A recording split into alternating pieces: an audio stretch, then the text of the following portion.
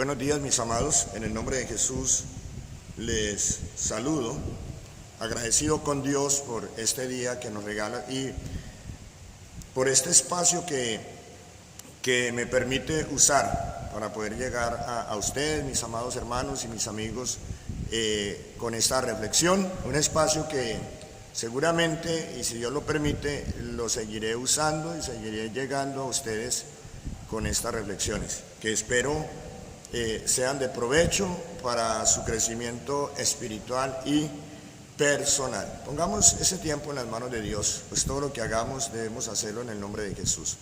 Padre, la gloria es para ti, en el nombre de Jesús. Gracias, Señor, por este espacio, estos medios que nos regalas para transmitir, Señor amado, también tu palabra, y te pido que me guíes en la meditación de tu palabra y guía a los oyentes, Señor, que su corazón esté abierto a tu palabra, Dios de gloria, en el nombre de Jesucristo.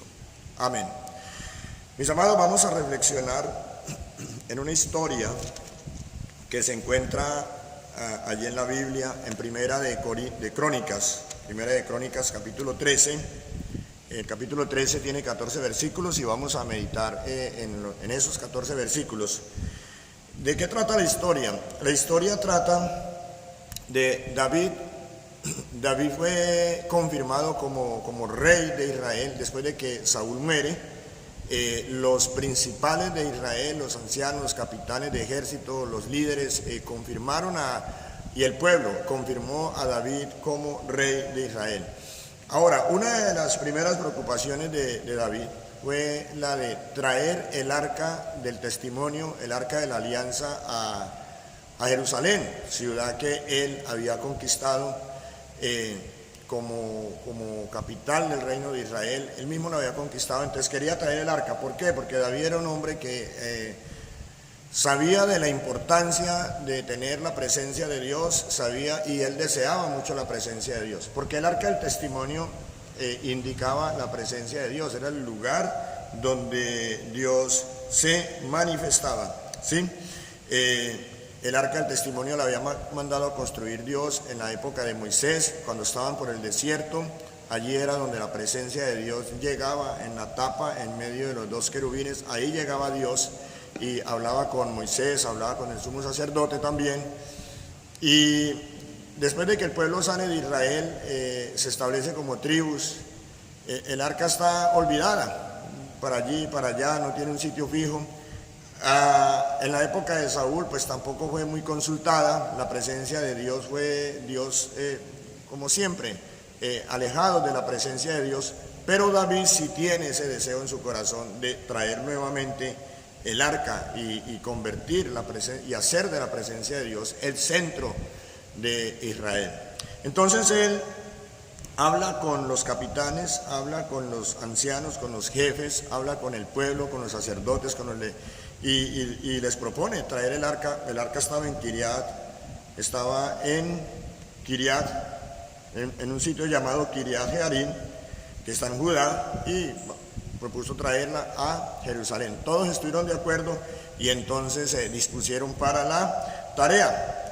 Y entonces en el versículo 5 dice: entonces David reunió a todo Israel desde Sihor de Egipto hasta la entrada de Hamat para que trajesen el arca de Dios de Kiriat Jearim, y subió David con todo Israel a Baala de Kiriat Jearim, que está en Judá, para pasar de allí el arca de Jehová Dios, que mora entre los querubines, sobre la cual su nombre es invocado. Y entonces llevaron el arca. Entonces, hermanos, llevaban el arca y la llevaban en un cortejo, en una especie de procesión, y el arca la llevaban en un carruaje jalada por bueyes, y habían dos hombres encargados de dirigir o de conducir ese carruaje. Esos hombres eran Usa y Ahío. El versículo 7 dice: y llevaron el arca de Dios de la casa de Abinadab en un carro nuevo, y Usa y Ahío guiaban el carro, ¿sí? Y el pueblo iba regocijado, el pueblo iba contento. El versículo 8 dice: y David y todo Israel se regocijaban delante de Dios con todas sus fuerzas, con cánticos, arpas, salterios, tamboriles, címbalos y trompetas, como debe ser, ¿verdad? Porque la presencia de Dios trae gozo, debe traer gozo, y es que lo trae. Si su corazón es sensible a Dios, se tiene que gozarse de la presencia de Dios.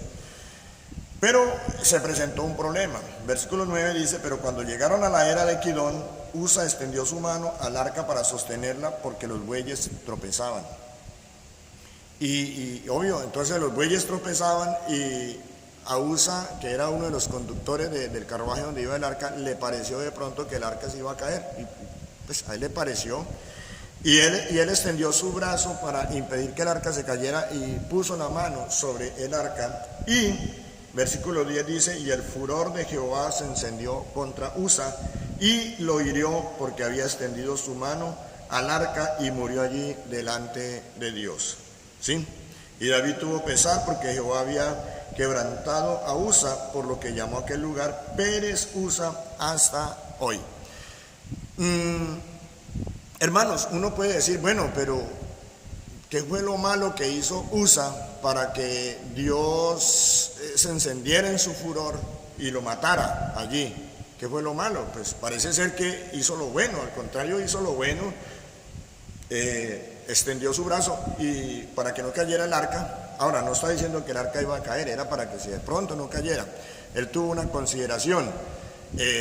Y eso parece una buena acción, y es que si uno lo mira desde el punto de vista humano es una buena acción, y de verdad que Usa no lo hizo de mala intención, él lo hizo con toda buena intención, y la motivación seguramente fue, la motivación que hubo en el corazón de Usa seguramente fue la correcta, fue una buena motivación, pero a Dios no le agradó esa acción de Usa.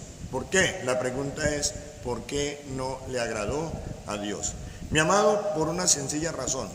Es que lo que pasa es que Dios había establecido, si nosotros vamos, si usted lee Deuteronomio 10:8, después lo vas a leer, Deuteronomio 10:8, Dios había establecido que el arca del testimonio solamente la podían cargar los levitas.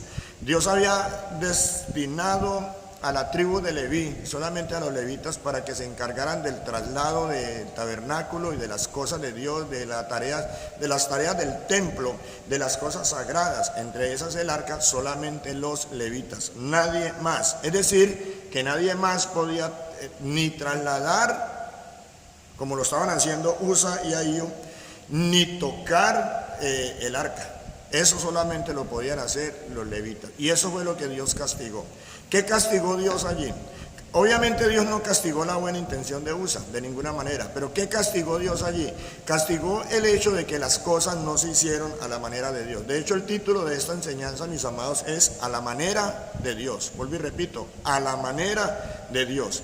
Dios había establecido que el arca solamente la podían trasladar, cargar, tocar los levitas, y allí estaba siendo trasladada, tocada, cargada por dos hombres o por hombres que no eran levitas. Es decir, aunque había una buena intención de parte de David, del pueblo de Israel y de estos que estaban conduciendo el carruaje, había una buena intención, hasta una buena motivación en su corazón, sin embargo no estaban haciendo las cosas a como Dios había establecido. ¿Qué nos enseña a nosotros esto acerca de Dios? Mis amados, nuestro Dios es un Dios celoso, Él es celoso de su palabra, Él es un Dios de instrucciones. Mire, mi amado hermano, yo quiero, y mi amado amigo que me escucha en este momento, esto nos enseña de que nosotros no podemos ir actuando como a nosotros nos parezca, aún así sea que tengamos buenas intenciones, como dicen por ahí, así lo hagamos de buena fe. Pero si Dios no lo ha establecido así, hermanos, el furor del Señor se va a encender. Amén. Y esto es importante tener en cuenta hoy en día en la iglesia, porque muchas veces están haciendo cosas en la iglesia, hablo de la iglesia cristiana en general, se están haciendo cosas donde las motivaciones parecen ser muy buenas, o sea, se hacen con buenas intenciones, pero sin preguntarse si así lo ha establecido Dios en su palabra, ¿sí? Y esa es la pregunta que debemos hacernos antes de considerar hacer algo. La pregunta que debemos hacernos es: ¿esto está de acuerdo con la palabra de Dios? ¿Esto está de acuerdo con lo que Dios ha establecido? Usa tuvo una buena intención, seguro que sí. David y el pueblo tuvieron muy buena intención, pero no basta la buena intención, no basta la buena motivación. Es necesario preguntarnos si Dios, cómo es que Dios lo ha establecido. Entonces, mis amados hermanos, esto nos da una enseñanza, hermano, de que antes de hacer algo, además, todo lo que usted vaya a hacer, todo además, no solamente lo que tiene que ver en la parte eclesiástica o espiritual, sino todo en su vida debe sujetarlo a la dirección de Dios, a la palabra de Dios. Ahora, cuando hablo de la dirección de Dios, no estoy diciendo, como muchas veces se acostumbra, está esa costumbre, Señor, revélame, ¿cómo hago esto? Hermano, Dios ya lo ha revelado. Vaya a la palabra te va a dar la dirección. Y hagámoslo de acuerdo a como dice la palabra. No basta la buena intención, no basta la buena motivación, no basta lo que nosotros deseamos, no necesariamente lo que yo quiero, lo que yo deseo es bueno. Miremos, es bueno siempre y cuando esté de acuerdo a la palabra de Dios. Es bueno si no contradice la palabra de Dios. Si contradice la palabra de Dios, hermano, es malo. Definitivamente se peca, ¿sí? Y esto fue lo que pasó. Entonces aquí nos enseña acerca de un Dios que es un Dios de dirección, es un Dios de instrucción, es un Dios que no ha dejado nada al azar, mi hermano querido, mi hermano ministro del Evangelio que me escucha, pastor, hermano líder, hermano de la membresía, mi hermano querido, no hagamos las cosas simplemente por buena intención, no las hagamos por eso, o porque todo el mundo las hace, no. Pregúntese, ¿esto está de acuerdo con lo que Dios ha establecido? Y eso fue lo que pasó aquí. Usa hizo algo con buena intención, pero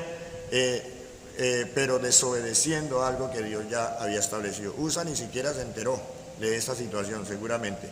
¿Qué pasó? Entonces, en el versículo 12 dice, y David temió a Dios aquel día y dijo, ¿cómo he de traer a mi casa el arca de Dios?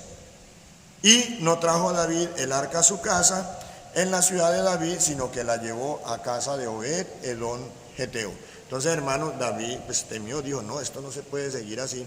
Entendió que no estaba haciendo las cosas a la forma de Dios. Él lo entendió. Si nosotros vamos un poquitico más adelante, en el capítulo 15, David nuevamente tuvo la intención de traer el arca y esta vez sí la trajo. Dice, después de que sucedieron cosas, después de un tiempo, David hizo lo siguiente, dice en el capítulo 15, versículo 1, dice, hizo David también casas para sí en la ciudad de David y arregló el lugar para el arca de Dios y le levantó una tienda, porque en el corazón de David estaba la presencia de Dios, él quería tener el arca. Entonces dijo David, el arca de Dios no debe ser llevada sino por los levitas, porque a ellos ha elegido Jehová, para que lleven el arca de Jehová y le sirvan perpetuamente. Amén. O sea, él lo entendió. Tuvo que haber un muerto para que él lo entendiera. Y hermanos, no esperemos que haya castigo para entender esto. Las cosas no se hacen como nosotros queramos o como deseemos o como a nosotros nos parezcan bien, sino como Dios dice. Ve, por favor, a la palabra. Nos enseña esto acerca de Dios. Hay algo más que nos enseña acerca de Dios, estamos terminando. Es que, mire usted en el versículo 14 del capítulo 13 dice, y el arca de Dios estuvo con la familia de Obed Edom en su casa, porque allí la tuvieron que dejar por esa situación, esa tragedia, 3 meses. Y bendijo Jehová la casa de Obed Edom y todo lo que tenía. Hermano, donde está la presencia de Dios está la bendición. O sea, a Obed Edom le llegó la presencia, le llegó la bendición. O sea, él nunca se imaginó eso, no lo buscó, pero por una circunstancia, allá le llegó el arca, allá tuvieron que dejarla y fue bendecido grandemente Obed Edom y toda su casa. Hermano, Dios bendice allí la casa donde se permite la entrada de él, donde llega la presencia de Dios. Amigo, donde llega la presencia de Dios, la bendición está ahí. Ahí está, mi amado amigo. Yo te animo a que permitas que Dios entre a tu vida. Ahora, no es sino una sola manera de que Dios entre a tu vida, mi amado. Si no has recibido a Jesucristo, es solamente a través de Jesucristo que puede la presencia de Dios llegar a tu vida. Arrepentimiento y creer en Jesucristo. Mi amado, esto nos enseña también acerca de la salvación. Asimismo es con la salvación. La gente en el mundo, folclóricamente, aún profesantes creyentes, todavía creen que a la salvación se obtiene de cualquier manera. Todos los caminos me llevan a Roma, es decir, todos los caminos me van a llevar al cielo. No. Recuerde, Dios es un Dios de instrucción. Dios no ha dejado nada al azar. Dios no dijo, salve como pueda. No, Dios ya dijo cómo es la salvación. Jesús dijo, yo soy el camino, la verdad y la vida. Nadie viene al Padre sino por mí. No más. No, pero que yo me puedo salvar haciendo buenas obras, llevándole mercado a los viejitos, no dejando de hacer lo malo, simplemente siendo un buen ciudadano.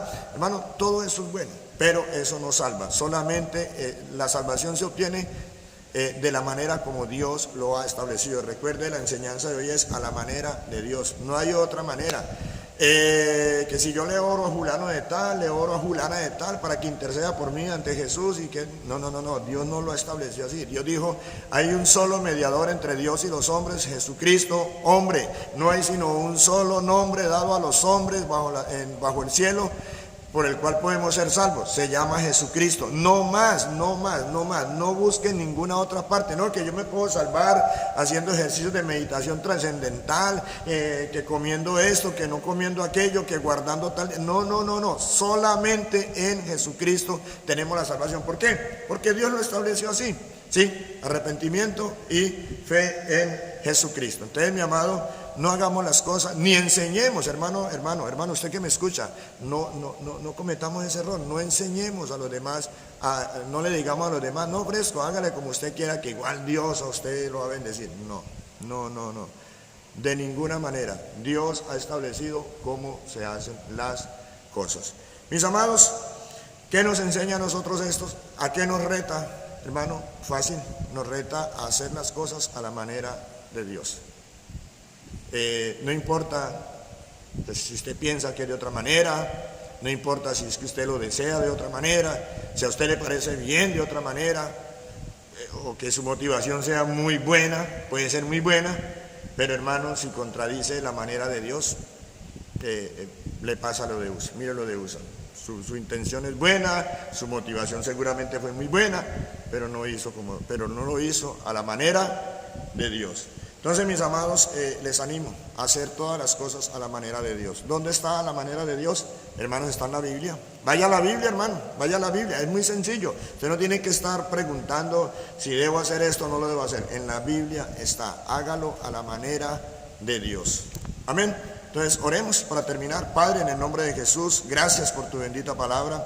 Señor, me gozo en ella, Dios de la gloria. Señor, ayúdanos para que no cometamos el error de Usa. Le costó la vida, Dios de la gloria. Sino, Señor, a que seamos obedientes a tu voluntad, nos alineemos a tu voluntad y que hagamos a tu manera, independiente de si nosotros nos gusta, si nos parece o a nosotros nos pareciera de otra manera. Señor, que nos sujetemos a ti. En esto consiste, Dios de la gloria, la sujeción, la humildad, la mansedumbre, el sujetarnos a ti, independiente de lo que nosotros pensemos, Dios de la gloria. Por esto entiendo, Dios de la gloria, que tú dijiste, Señor Jesús, que el que no renuncia a sí mismo, el que no muera a sí mismo, no puede ser tu discípulo. Señor, ayúdanos a renunciar a nosotros mismos, oh Dios de la gloria, para ponerte a ti en el primer lugar. Muchas gracias, Señor. Padre, yo te pido que bendigas a todos y cada uno de los que están escuchando este programa, Dios de la gloria, a esta hora, Dios amado, en el nombre de Jesús. Padre, bendícelos con toda clase de bendición. Padre, yo te pido también, Señor, por esta situación que estamos viviendo. Sálvanos de esta pandemia, Dios de la gloria. Señor, liberta a la humanidad, Señor, de este ataque, Dios de la gloria, en el nombre de Jesús. Señor, sálvanos, Padre de la gloria. En el nombre de Jesús, manda ángeles tuyos cerca de nosotros, Dios de la gloria. Libértanos de toda enfermedad, de todo virus, Dios de la gloria. Yo te lo pido en el nombre de Jesucristo. Gracias, Dios. Amén. Mi amado, últimas indicaciones, por favor, de este programa es: ore mucho al Señor, hermano. Aproveche este tiempo de que estamos encerrados, de confinamiento, para meterse más con Dios, orar, leer la palabra. Y sigan las instrucciones de sanidad, mi hermano. Esas recomendaciones sanitarias son muy importantes. El lavado constante de manos, bien lavado con jabón, evitar el salir. Por eso el confinamiento, evitar el salir. Si no tienes que salir, por favor, no salgas, no salgas, aíslate. Esto se trata de aislarnos. Por favor, si no tienes que hacerlo, no salgas. Y hermano, y si tienes tos, gripa, usa el tapabocas, por favor. No tosas, no estornudes en público delante de muchos, de otros. Por favor, cuidémonos. Y cuídate tú y cuida a otros. También te animo, mi hermano, a que pienses en los más pobres. Ahora pues seguramente hay desabastecimiento de alimentos, lo va a haber. Algunos podrán comprar, tendrán el dinero suficiente para comprar y abastecerse, aún pueden comprar de más. Bueno, compren de más, pero pensando en el necesitado, guardando para quién, para aquel que dentro de 3 días, dentro de 5 días, de pronto va a decir, no tengo, hermano, para que le ayudemos a ese hermano. Mostremos el amor cristiano, eso lo dice la palabra, ¿sí? El amor se muestra en eso, en ayudar al más necesitado. Dios les bendiga más, les bendigo en el nombre de Jesucristo.